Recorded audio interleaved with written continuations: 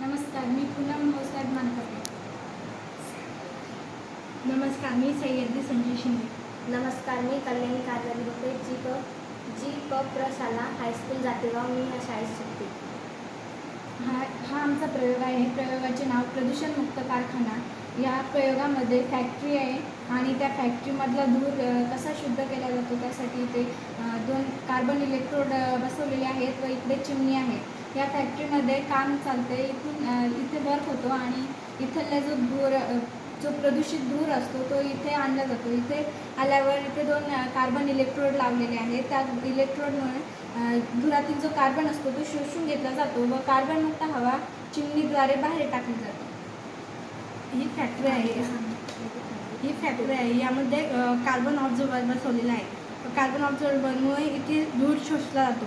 त्यामुळे निसर्गात शुद्ध हवा शोषली जाते.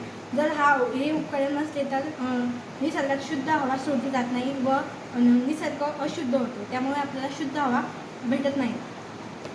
या प्रयोगाचे फायदे असे आहे की आपण शुद्ध ऑक्सिजन घेऊ शकतो, निसर्गात शुद्ध हवा प्रसिद्ध होईल आणि पर्यावरण प्रदूषणापासून थांबू शकतो.